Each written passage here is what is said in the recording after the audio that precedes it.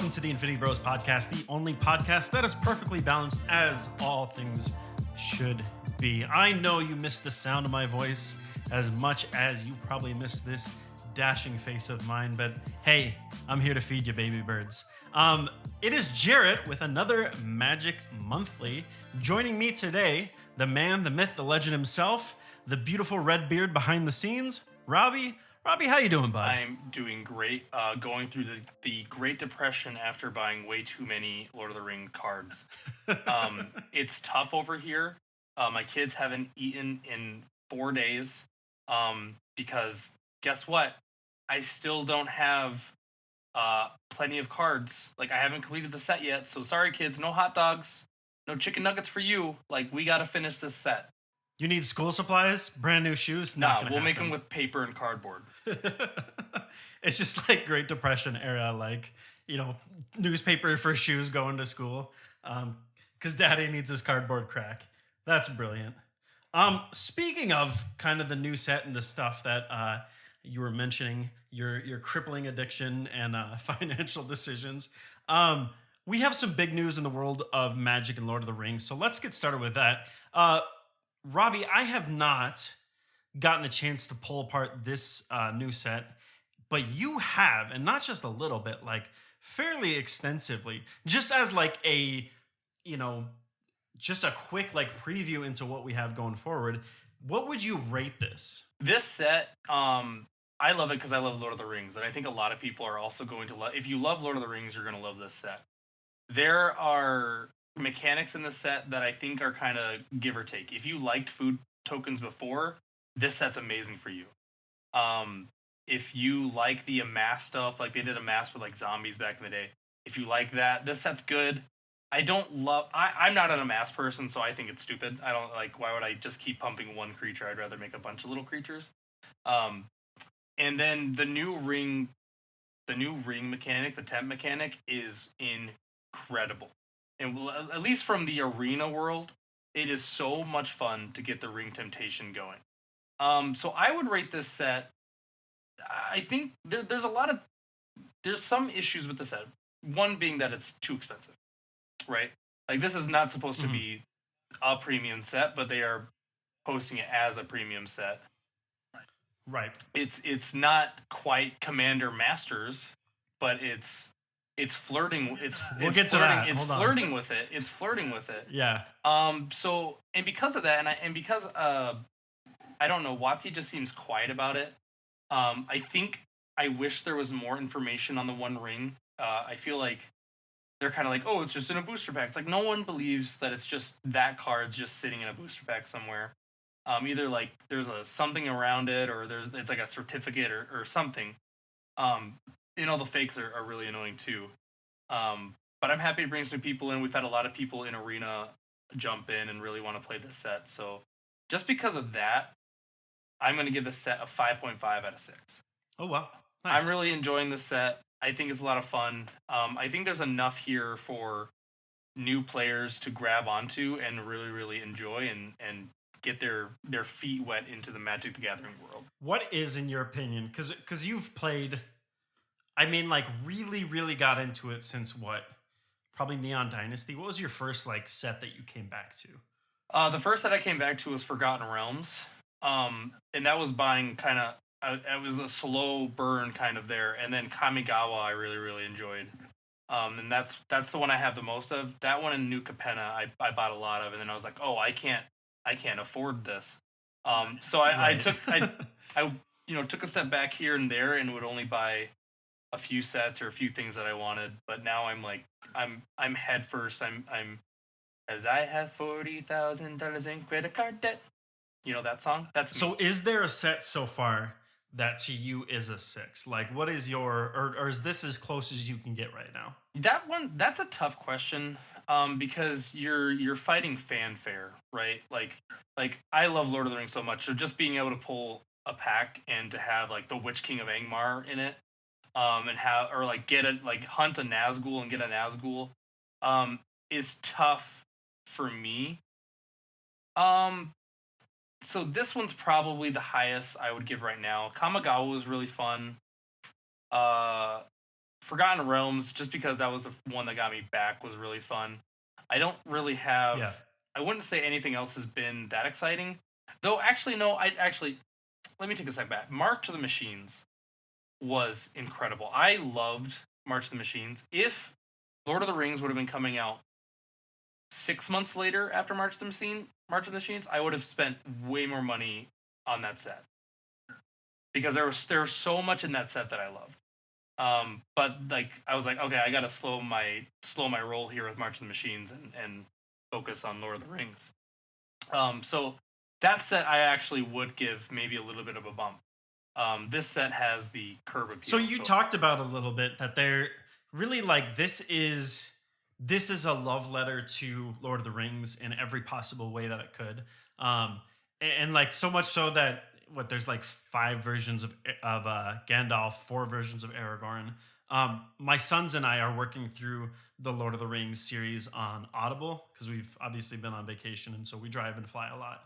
And my sons are obsessed with Tom Bombadil. Oh yeah, Tom's the They best. love Tom Bombadil. And so the fact that like there's a Tom Bombadil card and I can go out and buy that and give it to James is awesome. So obviously like from people on the outside looking in who like Lord of the Rings and this is sort of their cup of tea, they're going to be driven towards this set and maybe check out Magic for the first time. We've been talking about your success on TikTok streaming, and obviously that'll be a reoccurring thing. But a lot of those people have been saying kind of that same thing, like, "Oh, I just started trying out Magic," or some of them just started trying it out, literally watching you stream. Um, and so, from that perspective, as a set that really is meant to pull people in, do you think it does a good job? One, from a mechanic standpoint, is this easy for new people to learn? And two, and I think I already know your opinion on this from a financial standpoint, is this a good entry product for people? I mean, if you're going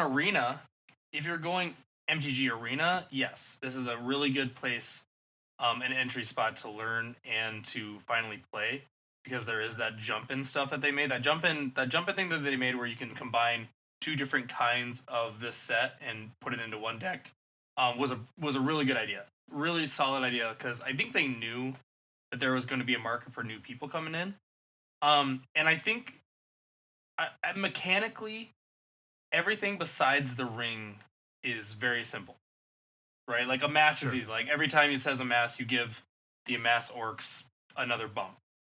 The food tokens create a food token, and you get to sack the food token and do extra thing. Um, I feel like the ring one, if I was playing in paper, would be a lot more confusing than playing. Are you saying the one ring or the ring tempts you? me? The ring tempts you. The one ring is straightforward. If you want to draw cards, you're gonna pay for it. It feels, yeah, to me it feels a little like initiative, right? So like people had a hard time evaluating initiative and it ended up being pretty busted in legacy and a bunch of other formats because it was hard for people to understand just how it operated and like when the triggers would take place and stuff like that. And to me, the ring tempting you feels a little like that. It's strong, but people just are trying to figure it out first. Yeah. And we talked about it. I think somebody talked about it on Twitter. Maybe you put it on Twitter. But they said like, does this have lasting power? And I think it does. I think it's once you learn how it operates, which it's not that complicated. There are more complicated things Sure, in Magic, absolutely. and like all of Yu-Gi-Oh is Yeah. more complicated than this. But yeah, I think it has the sticking power. If you could recommend one product for somebody, and maybe it is Arena, right? Let's say Jimmy, first time playing Magic. I have $40 in my pocket, and I just want to get started into Magic, and I'm a huge Lord of the Rings fan. Is it a commander deck? Is it go buy packs on Arena? What would you suggest for people? They are really pumping the starter kit decks. Because usually like there's always a starter kit deck. Like every couple months they come up with a new one. But the decks are always trash. Like me and Jess, my beautiful wife Jess, to pull a mark, tried to play those decks, and they don't work well. They're just not very good. Like if you're just going for the cards, sure. If you want those cards in Arena, great, yeah, because they come with the code. So those are okay. If you want to also play an Arena, I think those are a good buy.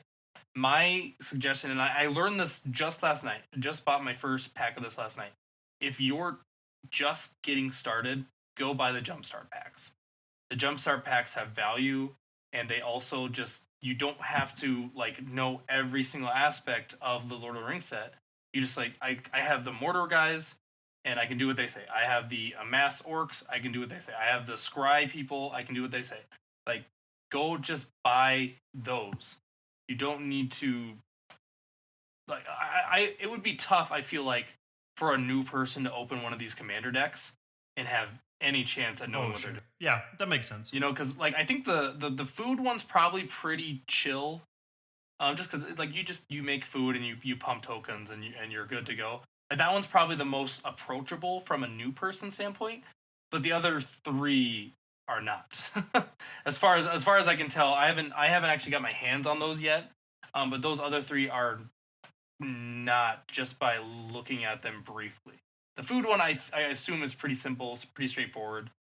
But the having two commanders that's also a whole nother task for a new person. How do you track command attacks for two? How does commander? Yeah, I understand. I will say this just as a caveat. Like, obviously, we are not financial experts, and the idea of taking financial advice from Robbie and I is kind of laughable. But when you're looking at jumpstart packs, obviously Robbie is talking specifically about the Lord of the Rings ones.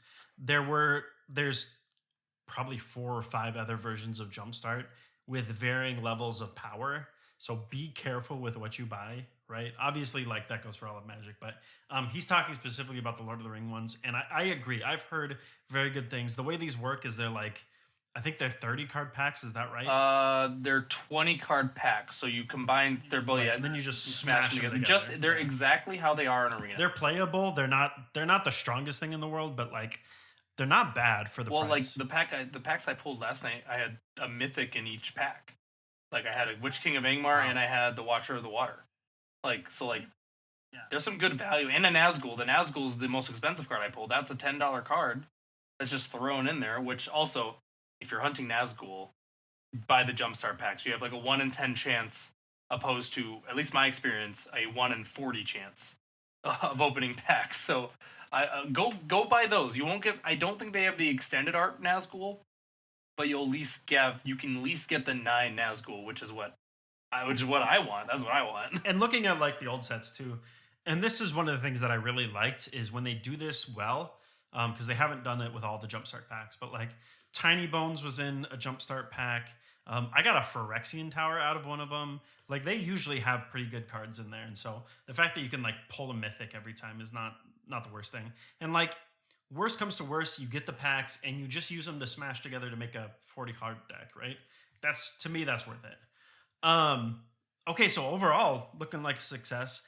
I think, and we talked about this a little off stream. I'm so far behind on like the hype of this set, and I think there's a lot of people who are experiencing FOMO from this, and I think Commander Legends will be a lot of the same because of how big the price point is, and we'll get into that in a minute here. But one of the things that the prof always says, the Tolarian professor always says, is like, buy singles, right? So if you are sad that you weren't there pre-release ripping packs with everybody else or trying a draft event, go buy singles of the cards that you like, right? Like, I'm going to pick up Tom Bombadil because I played during Dominaria. I have a lot of the original sagas. That was like one of my favorite archetypes. So find what you like, right? And then you're not missing out on the cards that you like. You're not missing out on the FOMO. Like, sure, it's not the same as ripping packs, but... And honestly, okay, we've talked about the One Ring. In fact, we'll probably talk about the One Ring more on this episode, but like, it might be worth waiting until somebody pulls that thing. Absolutely. Like, I think prices are going to shift significantly. Especially on the collector booster packs, right? Like, there's obviously the Soul Rings, which are still nice cards. There's still the Surge Foils, which people are learning about. It's amazing having all these people that have never pulled a Magic the Gathering pack start pulling these things, and they have no idea what they're looking for. Like, the Soul Rings are in the 4th spot of the collector booster packs, so a lot of people just go right by them. They have no idea. They just like slid by a $600 card. So it's been really interesting. I sent that thing to you about a guy that sleeved a food token because it was foil. Yeah. I was like, and then passed over. Yeah, and he passed over like a $20 card. It's like, bro, you're just doing this because everyone else is doing it. You didn't even you did no research at all. You're just like, I bought a bunch of I bought a pack for $50 and I opened it and I don't know what the heck. To put a little egg on my face. When we were into pack openings, gosh, this was probably 2 years ago. It was the middle of COVID when like everybody was doing that, and Mark sent me a bunch of Pokemon packs because I was super into Sword and Shield at the time. Still am, and it, it was so funny because people. I did it on TikTok Live when we first got TikTok Live, and people were ripping me so hard because I would get excited over like penny cards, right? Because they were Pokemon that I like. So I got like I pulled a Flapple and I lost my Flapple's the mind. I was like, dumbest that's one of my card. favorite Pokemon. It's I love it. He's just a little apple dragon, right? He's not as bad as Drampa. I I freaking hate Drampa. yeah, Drampa. Drampa was mine that I got so mad at when I pulled a Drampa. I love Drampa. He's so cool. It's a dragon grandpa. Like, how can you hate on that? So, um, there will be people like that, right? Who like they crack like the uncommon Gandalf or whatever, and they lose their mind over it. And like, good for them. You know, I'm glad you're excited. I want to talk about this real quick too. There's a I can't remember the name of the streamer. It's like XQC or whatever that Yes, guy's name yeah, is. the guy that got the Okay. kick money, got like 70 million a year Yeah. for kick or whatever. Yeah, so he went out and bought all these packs. He's hunting for the One Ring, and people are really, really mad about this because, and I don't know the guy. I literally know nothing about him other than like this one event that people are talking about. But people are really upset because it seems like he has no like he doesn't care for the cards. He doesn't care for the set. He has no investment in this other than the One Ring, and so presumably those get donated or thrown in the trash or whatever. Do you have any strong opinions on this? No, I don't, because that's like we all knew it was gonna happen. Like Cassius Marsh is live right now and he's pulling packs. Like the dude bought like a case of them. Like people spent a lot of money on this stuff. Like everyone, that's why everyone assumes like a big name is gonna grab this card because they have the money. Like if you can spend $10,000 on collector boosters, you put yourself in the 1% of people that can actually pull this card. It's just like which is also weird. It's like, why don't those people just like, if you're that crazy about pulling this One Ring, why don't you just play the lottery? You'll win a lot more money. Like, Not to mention, so I think the issue for a lot of people isn't necessarily that like these people have the money to spend on the cards. It's whether or not they actually value the game, right? So like Cassius Marsh, very invested, right? We talked about him on the podcast. His interview was fantastic. Like he's a fan of the game, right? But I don't know if this XQC guy is or not, and I think that's where people. I mean, but that's the same thing. Like, it was Logan Paul a fan of like a big Pokemon guy when he pulled Charizard? Like, and it's crazy because you think about that. Just him pulling Charizard and like it becoming a big deal that he pulled a first edition like $1 million Charizard made Pokemon blow up overnight. And Pokemon wasn't prepared, and now there's overstock because they're like, oh, everyone loves this. Like, no, like you had like a really cool time. Take a step back, but like I think that could be the same thing. It's hard to know if that stuff is good or bad for It is for Pokemon. I think it was great. I think Pokemon is more geared to collectors, whereas I think Magic, I think we as players like to think that it's geared towards us, when I think a lot of old timer Magic the Gathering players are probably thinking like, this is now becoming a collector game. And like there's some of us that still play, but it is becoming a young man's collect the really cool cards to make a bunch of money game. And WotC knows that. WotC saw probably what happened with the Charizard, and they're like, we could recreate that. Like, we have this Lord of the Ring thing lined up, like one of one ring, $2 million offer. Like they had to have guessed that it was going to go a little bit crazy. I don't think they would have guessed that it wasn't this crazy.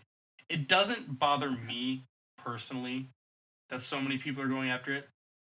I can understand if it bothers guys that have been invested in the game a lot longer though. So I can understand their frustration, but it doesn't bother me. I'm a collector at heart. So like if I had the funds for like, let's say if My Hero Academia for whatever reason popped off, and I love My Hero Academia. I know of it, but I'm not like a super diehard fan. Like I would start ripping packs if that was like the thing. I would probably buy a few packs. Like that's just what I would do. Now, the big difference that I think we can also hit on is WotC didn't make this affordable for even the collector. I don't think this is affordable for. because now we're looking at Really? well, you're looking at $50 per pack, right? Like $45, $50 per pack right now, which that's insane to me. We've had a lot of people come into chat or come into our comment section of our Magic stuff, and they're thinking like, oh, I can't wait for like an 8-year-old kid to pull this. Like that's not gonna happen. This No, isn't there's like no way. mom bought me a Pokemon pack for $5 and gave me the pack, and oh, there's a first edition Charizard. That's not this. These are $50 packs. Like little kids aren't just pulling these. Like an adult's gonna pull this, and probably a lot of people think it's gonna be in a gift bundle. A lot of people think it's gonna be at Gen Con.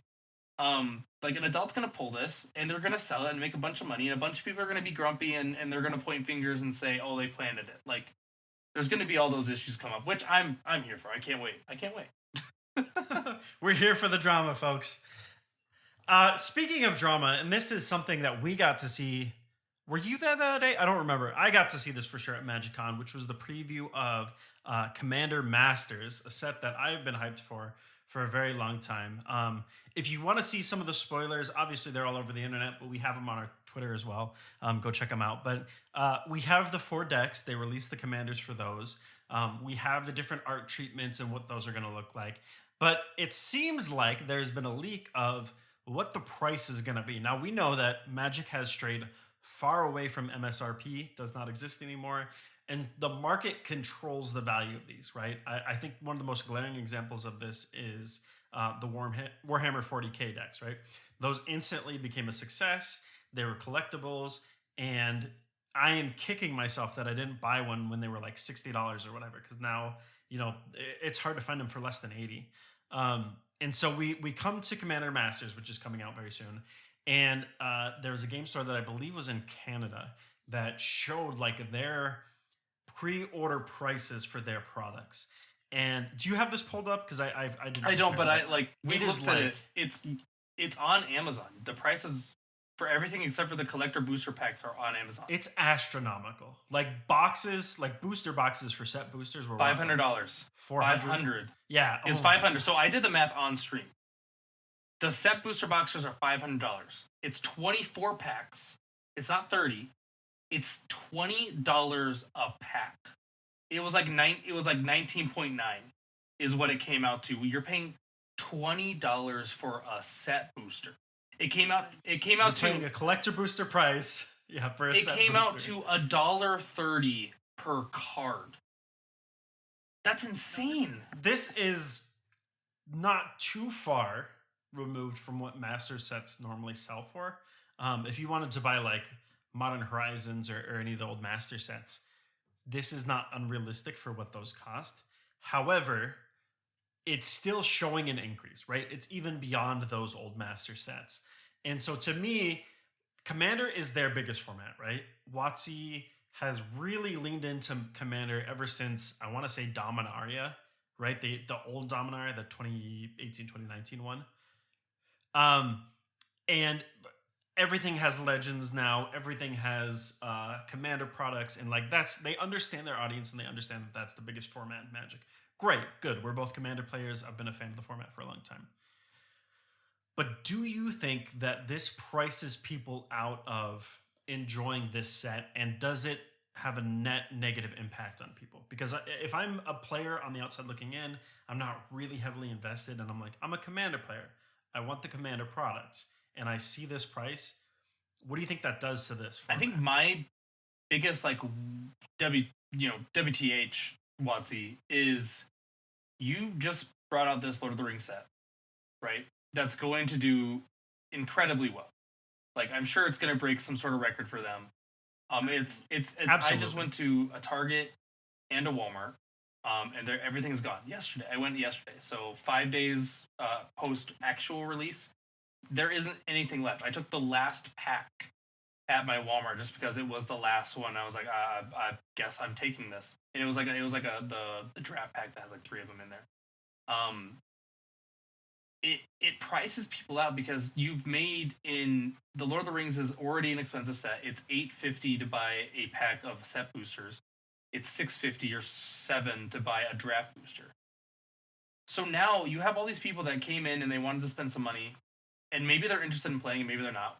Whatever, maybe they're just hunting the one ring and they don't understand that set boosters and draft boosters don't have those really expensive cards. But now your next set's going to be twice the price of the set that just did really well and maybe could have got a bunch of new players in.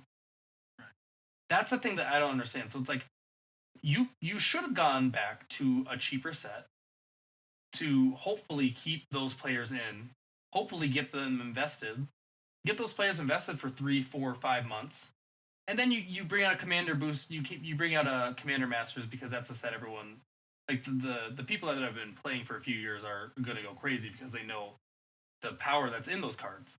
But it seems like a really odd choice that they would go, okay, kind of expensive set to astronomical $20 a pack expensive set. It doesn't seem like good business practice after you just hit a home run with Lord of the Rings. So that's where I don't get it. I think it's going to price out a lot of those potential new people. But maybe all those people will go to Arena, and maybe they'll finally do more to Arena and actually make Arena actual MTG. That's my hope, at least. And this is my frustration with it too, because we have Wilds of Eldraine, which is their next standard set. Which, by the way, Eldraine, love it. One of my favorite planes, and I think that set was phenomenal. Obviously, really overpowered. The lasting impact of Eldraine was insane. And so, Commander Masters releases August 4th, and then a month later in September, we get Wilds of Eldraine. Why not just flip those?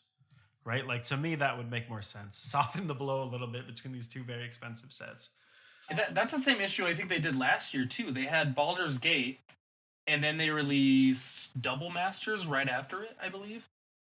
And Baldur's Gate was about the same price as Lord of the Rings is. And then Double Masters, I don't think it was quite as bad, but was still somewhat spendy. Like, I skipped Double Masters altogether. So we don't want to, obviously, like, we're not the podcast to be dogging on WotC. That's not our job. My one frustration, and then we'll move on to more positive things, I think, is this was probably 4 or 5 months ago, maybe longer. So WotC has been turning around like profits like crazy every year, just growing exponentially. And yet they released, I believe it was their Brazilian team, just massive layoffs across the board. And they cited like, we've been struggling with all these things financially, and like everybody, they've always made the excuse of like, COVID hit us hard, blah blah blah, which is not the case, right? We've seen the numbers, we've seen the increase, and so to me, it's frustrating to see like the 30th anniversary, just the big cash grab that they tried with the 30th anniversary, right? Lord of the Rings being what it is, and then now, obviously, I'm excited for Commander Masters. We keep saying like we're not going to buy it, but truthfully, I might pull the trigger on a Slivers deck. $100 though. I'm not buying it. If they would have made one of the Dragon a commander deck, I would have bought that. But I'm gonna wait for the dust to settle on the Commander Master sets, and then I'm gonna buy the old Dragon. Yeah, I'll pull some singles here and there, but it's not for me. Moving on, I want to talk about quickly some of the success that you've seen. We've mentioned it a couple times, but more so this week, I think. Really, this is day 7 or day 8. Oh yeah, so almost exactly a week. Robbie's been going live. I mean, constantly. I don't know. It's like every moment that you're awake, you're on TikTok. It's almost twice a day at this point. Which, like, props to you for that, dude. That's like insane. And I know you have the time for it right Very now. Tired. It will not be the case going forward. Yeah, but talk a little bit about the experience there and like the community that's been building up over on TikTok and some of the things that you've seen. Yeah, dude, it's been awesome. We've just in this short time, we've had a bunch of people come in. Didn't really have anywhere to go for even just getting back into MTG. So we've had a lot of people come in, say they've loved it. It's been awesome to see them all, and a lot of them are actually, a few of them are in chat right now. It's been really, really cool to interact with all these people, have them join our Discord, play games with them, because like I try to tell them as much as I can, like, you don't have to give gifts, you don't have to like do anything, just your time is enough, and that's a really cool thing to me. Just the fact that people will spend their time. Like I shared the I always like sharing the analytics with you guys, but I really like sharing the watch time recently, and like the watch time for a bunch of people that like have just discovered me within the last 7 days, like 2 hours, 3 hours for some people, like an hour and a half for someone who didn't even never even commented, and then like would randomly like leave a gift. It's like it's insane. I appreciate all the love. I don't know if I deserve it. I'm not that good of a Magic player. I'm still learning. None of us are. And so many, and like it's a good mix because we get some people. A lot of people have come in and they know way more than I do, and they start saying all these names. It's like, what do you think about this commander? And I'm like, I don't even know what colors he is. Like, I don't even know who that is. Like, someone sent me a link. Um, and then you have people like I've never touched Magic the Gathering Arena. Where can I find it? The community on here has been awesome, and everyone's like, it's here. You go, download it wherever. And those people jump in and they're like, okay, I'm doing the tutorial. Like, when I make a deck, we're gonna play. It's like sweet. So like we just queue up and we play a bunch of games. So it's been incredible. Shout out to all these people that have decided to join us. They're crazy. I love it. It's been awesome. It's Jerry, you know this. I've and you guys have I think said this, but it's like you guys have believed in me and my streaming ability. And for a while I believed in my own streaming ability on Twitch. But nothing ever came to fruition with it. But this has been what I wanted. I'm finally jazzed about streaming again. So it's been really really good, and that's kind of why I'm like, okay, when can I go live next? Do I have an hour and a half to kill here? Like, are my kids gonna be okay for an hour and a half? Like, will they watch a movie and leave me alone? Um, so yeah, Sure. it's been really really really really cool. Staying up super super late, way later than I should, is terrible, but it's whatever. Like we just play games. I go until the last person's queued through. So it's been a lot of fun. I've loved it. So it's a little cliche, but we've talked about it. I had a good conversation with the folks at Loading Ready Run about this. We have some of that on camera for our interview, and some of it was just I got to talk to Graham, who's like the nicest guy, after the interview, and we chatted for a while. And they talked about how like we enjoy Magic, right? The game is well designed; it's phenomenal. Um, but one of the things that draws people really into the game is the gathering, right? Like the community aspect of it. And I think that shines through. Yeah, it's clicking now. Yeah, and so I think it's really important to like find your people, right? And like friendships are built off of this commonality, but they don't live in that space, right? It doesn't stay. My Magic friends are not just my Magic friends, right? They're my friends now. And so I think it's cool to see like that sort of community being built up here, and some of the interesting characters that we've met along the way, even in the past week, right? So cool. It's cool to see that growing, and I'm excited to see where it goes from here, for sure. One other thing I wanted to touch on, and then we're actually going to take some questions from TikTok. We are streaming live right now as we're recording this, so if you're listening to this on the podcast, maybe hop on TikTok and see if we're live right now. We might not be, but always good to check us out there. But I wanted to talk about, is there anything that has, you talked a little bit about, was it One Piece? No, My Hero Academia, right? How there are some of these other card games that are out there that exist right now that have caught your attention, but you really haven't been hooked yet in the same way that Magic has. So for me, I actually just got back from a very, very Oh, long you're not trip. doing this, are you? Are you really? You're really doing this? I'm It's really called doing Magic this. Monthly, Jarrett. I know, but like we'll touch on it, right? Robbie's already mad at me. Biggest of my So we've rules. been going around for like over a month now, and I ran into a good friend of mine, who you guys will see pop up every once in a while. His name's Devin. We call him Stecky. But he has got me hooked on Flesh and Blood, and it's not to the level of Magic for me right now. Right? Magic is still my game. It's still what I enjoy. But dude, I played Flesh and Blood, and it is like you know me very well. I am a control player. I like interaction. I like responding to your spells. I like having a value off where you play something and I have to decide like, is now the time to fire off my interaction?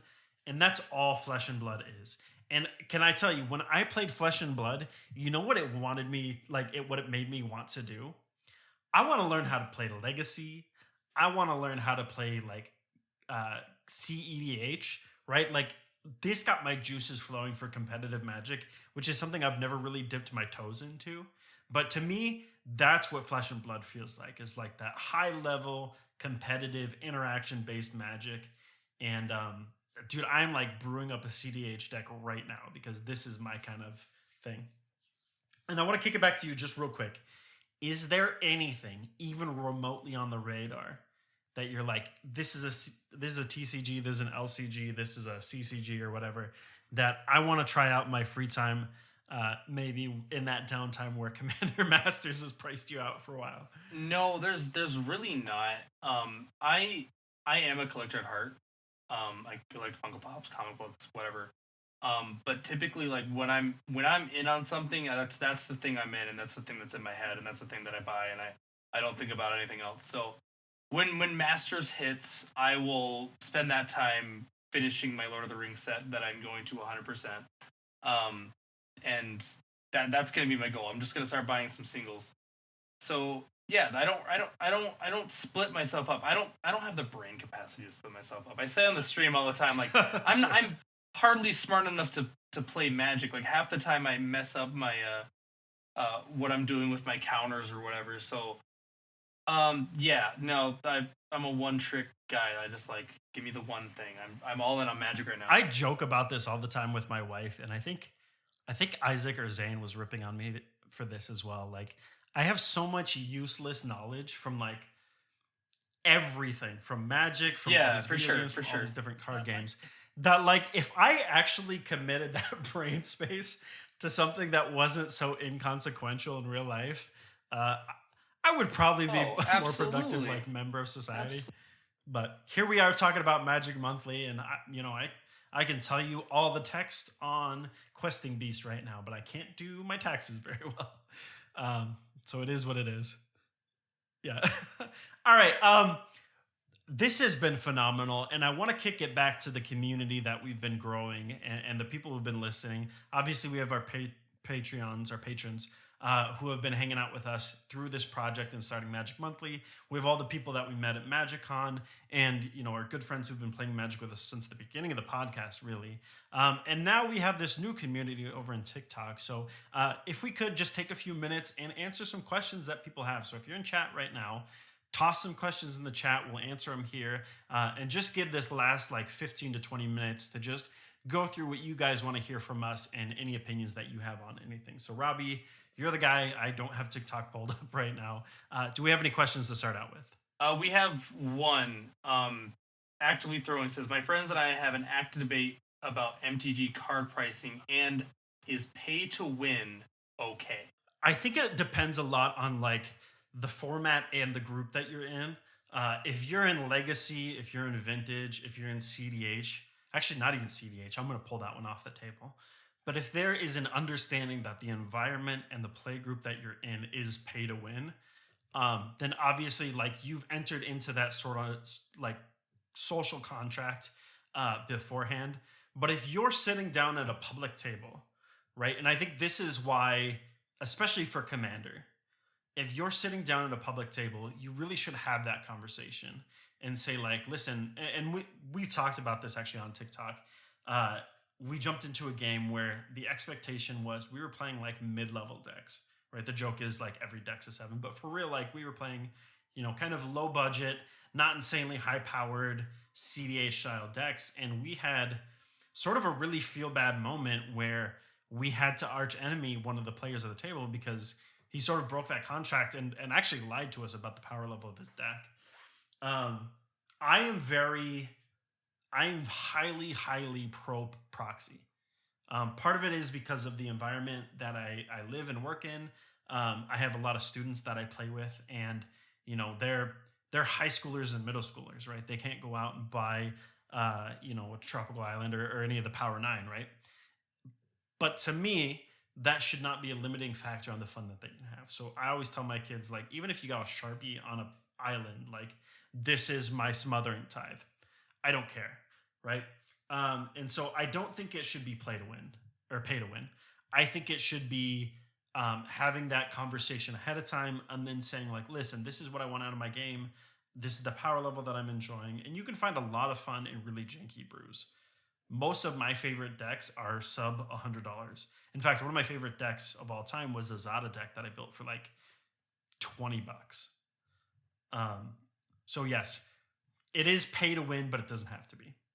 Robbie, what's your opinion on that? No, I think it's an interesting debate because if you're just playing Magic to have fun and you have someone who breaks that kind of contract you're talking about, like, what's the enjoyment that that person's getting? Like, it doesn't make sense to me that someone would come in like that. But I think my issue, and I think proxies are okay. I think my issue with proxies is, are you then making a proxy deck that is proxy to win? You know what I'm saying? Like, if your deck is 100% based around the proxies that you're using, then it's like, are you playing Magic, or are you just playing proxy? Because you know that, like, I looked up this deck online and I'm like, okay, I'm just gonna get all these in proxies and I can just beat anybody. You know what I'm saying? I think it has a lot to do with somebody's intentionality, right? If you're going to pub stomp, then like So, like, right now, like, I have a Tiamat deck. Tiamat I is a commander I really enjoy, but the Ur Dragon's a better commander. Like, could be even better. oh yeah. So, like, the rest of the deck would be fine, but like, I could go get a proxy of the Ur Dragon. It's a $60, $70 card. It's going down a little bit right now, but like, Crater Hoof Behemoth is another one. It's like, it's hard for me to be like, I'm gonna pay $40. I think that's what Crater Hoof's going off for, to get Crater Hoof. Like, for me, that's not something I want to do. So I think as long as your deck isn't like, I think there's a level. Like, if your deck is 75% proxy, it's like, okay, are we actually playing, or did you just bought like a deck you saw online? And that's where I kind of go up and down with the proxies. I understand the need for proxies. I understand why a lot of people love proxies. But there's a level to it, that I don't really have a firm grasp on what exactly that is to me, and how what is okay and what isn't okay. Um, but it's simply something that I at least struggle with from a proxy standpoint. I have two things. One, it kills, now that you're a captive audience, it kills me that you say Tiamat, or however you say it. Tiamat. Okay. And and two, I wish, this is one of the few things that I really enjoy. Not one of the few things. Hitotsugu from the Neon Dynasty set, to me, is the perfect example of what I want to see from Magic, right? Hitotsugu is a like 40-cent card, right? For the base original version. And then depending on like which other version you buy, it can go up to like $2 or $3 grand, right? For the, like, I think it's the yellow neon one that everybody's chasing. No, it's the pink neon one. That's right. So to me, if every single card was set up that way, right? If I could get all the cards that I want, maybe not necessarily in the art that I want, and then later splurge to upgrade it to make it look prettier, like, to me, that's what I like to see. And so to me, proxies in a way are that. If I want the actual value of having the nice shiny foil, I'll go out and buy it. But I don't want to spend, just gross amounts of money on getting like a card that I want, that I need to make my deck operate just a little bit better. Duco is one of our subscribers on TikTok. Hey, Duco, how's it going? Any guess how long till someone pulls the ring? And when it does, do you think prices will go back down to $7 per booster pack? Yeah, so two things. One, I think it's already pulled. This is my okay. We're going into the woods here. Yeah. I can't remember, we may have talked about this on one of our previous episodes, but my tinfoil conspiracy theory is that one of the big box stores, not big box stores, not Target, not Walmart, but like Card Kingdom or TCG Player or eBay, I believe that one of them has this already, right? And the reason is because the vast majority, I don't remember the actual figure, but it's like 80 to 90% of the packs that are pulled by these companies in order to stock their products, right? They rip the packs, that way they have singles to sell online. So my theory, my tinfoil hat theory, is somebody pulled this already. But because those stores also sell packs, it would make more sense for them to keep the prices high, right? They make money based off the perception that like nobody's pulled this ring. So I think it's been pulled already. I think somebody has it, and I think they're just using it to inflate prices. Now, will prices drop as soon as the card is revealed? The collector boosters probably not by much. I think it's going to be like $1 or $2 maybe, but everything else is going to stay the same. I think set boosters. I think draft boosters. I don't think they're going to bump even a little bit. Maybe 5 6 years from now when the set isn't pulled as much, but even then, it's Lord of the Rings, right? This is an IP that sells. Yeah, Duco. I think Jarrett's right. I don't believe that someone's pulled it yet. I think once someone's pulled it, I think we're gonna know. I think there's gonna be, but if you are right, like it could be a big box store and they don't want people to know because they're making money off of it, right? Um, but I think if someone pulls it, we're gonna know right away. I think set collector packs, excuse me, are gonna probably stay roughly the same. I think those will go down to 40, what everyone was kind of starting them at, which is already an inflated price compared to other collector booster packs. I think people will go down to 40 for them. The soul rings are still sought after. People really still want them. The set boosters and the draft boosters will stay the same because all these people realize, oh, everyone's stupid. you know, Sure. like Yeah. so my, and not to rip on my LGS at all, but my LGS before, like, just to pre-order a set booster box, they knew the prices on TCG Player because that's what they base everything on. They knew that their prices were 179 on TCG Player. They knowingly priced those boxes at 220. So before, because in his like, I talked to the owner, I know the owner. Every time I go in there, I don't know if he recognizes me because he treats me like a completely new person.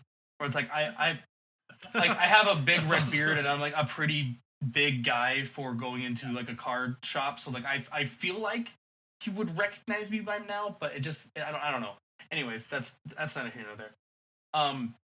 But he explained to me like like why he's pricing. It's like everyone's buying the set, like even for like the collector booster packs. Like he was the first one I saw that had the collector booster boxes at $450 for an entire box, and that was and you could go in there and be like, on TCG Player they're $387 right now, and you have them at $450, and he'd be like, yeah, but they're gonna get up there, and it's like, okay, man, okay. Like I traded in a bunch of cards, so I didn't feel the pain of paying that much, like over.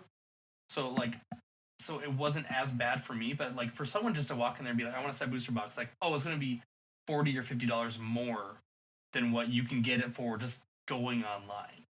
Which I think, see, this is the problem too. Is like now that Wizards sells directly through Amazon, you're incentivized to try to keep your prices as an LGS as low as possible, so that you can undercut maybe Amazon. But like, they still got to make their money. But how much is too much? And it's a really like uncomfortable area to be in. So like, yeah, dude, that sucks. That's the really bad. toughest thing about it then was I went to another local store and their set booster box was $20 cheaper. It's like, okay, I'm buying my next one here. Like the other guy priced me out, like, unfortunately, but like, I don't know. It's tough. They're in a tough spot. Like they're all struggling. As much as we would like to think that they're actually like making buco bucks, they're also struggling. Like, No, the LGSs are hurting right now. I think yes, that's a whole. yeah, nother we're not topic going to we get can into that into. tonight. Last question, and Jarrett, I've shared mine on this once before, but I would love to hear what you're going to say, and I'll give my take on this again.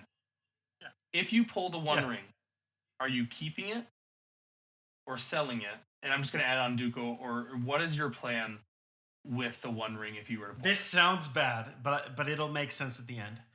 I would keep it for a while for clout. Oh, you're taking my bit. Right? And you're that taking sounds my bit. bad. Yeah. But like I would probably do like the Jake Paul thing, and I would go to places with it like. Did you hear my response on response the other pod? No, Oh I my never gosh. heard it. This is exactly what I said. Like, I'm taking that, like, having that freaking card is just speaking from the Infinity Bros or me or I or the Infinity Bros or whoever, is the ticket to doing content and going to shows and doing that full time. because people will pay for me to go to a con to have that thing on a necklace, like, and walk around. And then when the hype's died down, then you sell the thing for a bunch of money. Like that's the best. Like if you're in what I would love to, I would love to stream for a living. If I could stream for a living, like I'm golden. Like I'm happy. Like I'm doing things that I love. Like if we can do the podcast for a living, Jarrett, like that's the golden ticket. Right now, that is the golden ticket for content, for a content creator. Like if a small time content creator right now, which we are very small time, pulls that ring, like we go boom, like we explode. So like that, it's totally selfish. It's totally like a clout chase, but like that's 100% it. Like that's what I'm doing. Do you have any other things that you're doing with it? Oh yeah. So okay, I had a plan. I'm sorry. Actually, I had to hijack it before you went into yours. It's like I've already said all this. I told because my son asked me about this. My son is 6. He has no concept of like he actually forged the ring. Yeah. To him, like $2 million might as well be $40. He wouldn't know the difference. But he was really excited because again, like he's learning magic, but also he's really big into Lord of the Rings. He's like obsessed with it right now. And so what I told him I would do just as like a fun thing is I would get like a little costume for the One Ring. You know how they have like the nice, like super secure sleeves, the plastic ones with like the magnets on them. I would put a little like Hobbit costume on that, have some custom stitch me on, and then I would go backpacking across New Zealand with this thing on my shoulder. You would go to Mount Doom. Yeah, I would trek across New Zealand, make like a whole blog about it, and then in the end, I would hopefully pretend, to throw it into a volcano, and then I would sell it. I'd be done with it. See, I have thought about that too. Like the selling it thing that's tempting. That's the whole ring tempts you mechanic. The idea that we could clout chase for a few years and fund everything that we want to do through pulling that card, throwing it into a volcano after, I don't know, 5, 6, 7, 8, 9, 10 years. That would be so cool, but like I love my wife too much to be like, yeah, hey, just for the bit, I'm gonna throw away this $1 million. Okay, but like, what if you started a GoFundMe, people would pay. You know, like, okay, but do you think it would be enough to offset the cost of like Cassius Marsh or Post Malone or one of these guys buying it? Cassius is priced out. Like Cassius isn't even part anymore. Like it's Posty. It's Posty, or it's that card shop in what is it, Mexico, that posted the 2 million.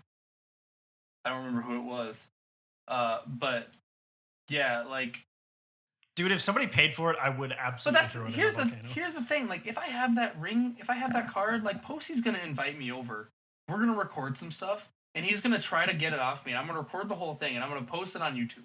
like that, and just that alone is gonna make like 100K. Like just that alone, it'll pay for itself by the end. It's never gonna happen because I cannot buy collector packs right now. But I'm making a promise with you right now. If I pull the One Ring, however this happens, if somebody drops a collector's pack on me tomorrow and I pull the One Ring, you and I are going to New Zealand together. I will take you. And we will go on a journey with this One Ring through New Zealand. Dude, the amount of people online that have mentioned that they would throw it into a volcano, I 100% believe you could get a crazy amount of money from a GoFundMe of people being like post I want to see this go to fire. Like a $2 million GoFundMe, and I'll throw the One Ring card into the fire. And you like I would hire people. I think you'd get it. I think you would get it. You get, okay, here, no, I'm going to bring it full circle before we end here. We get, like, Mr. Beast, Mark Rober, all these, like, big names, and we have them help us, because I don't have a drone that can survive the heat of a fire. Oh, yeah. Right?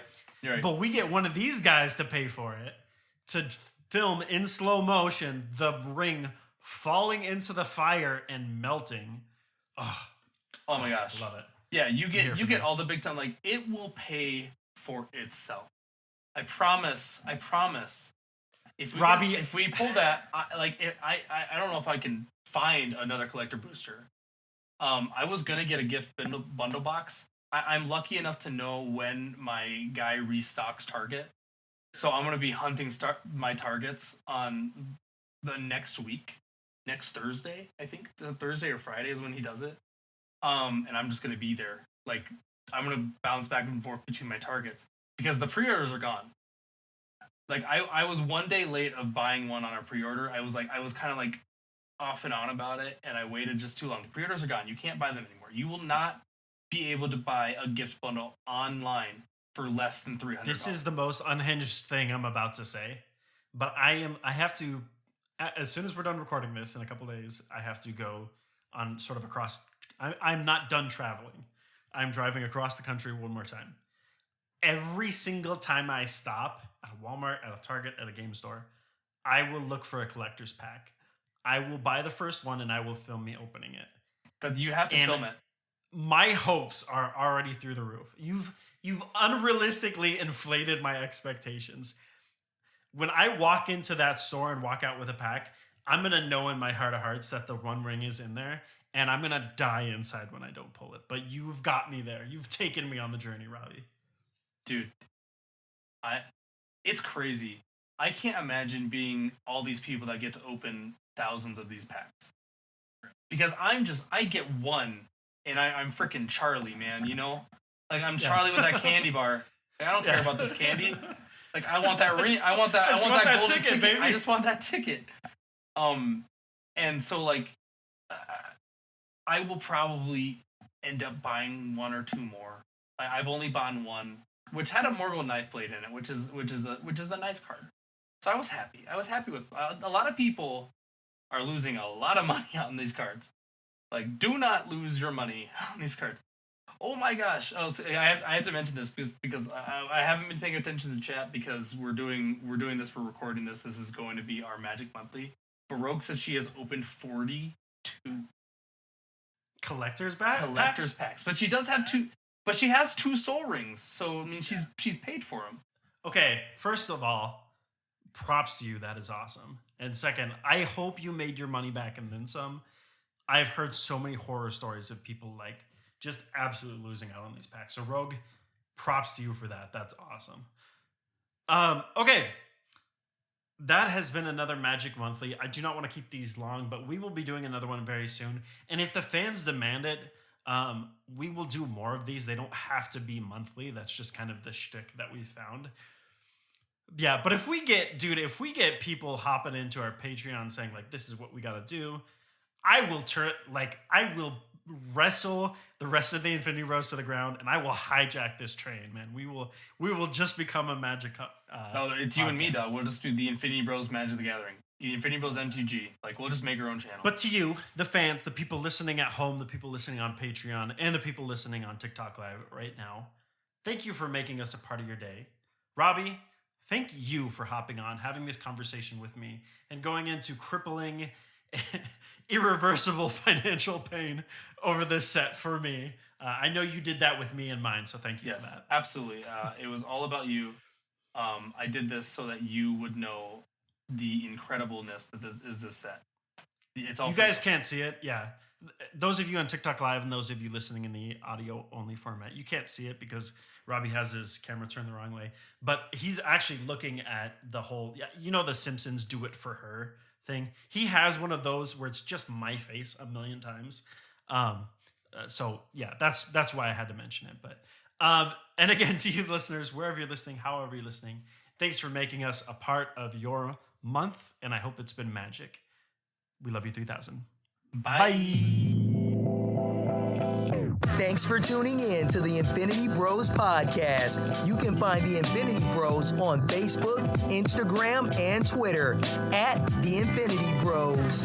Feel free to send listener feedback via email at infinitybrospodcast@gmail.com.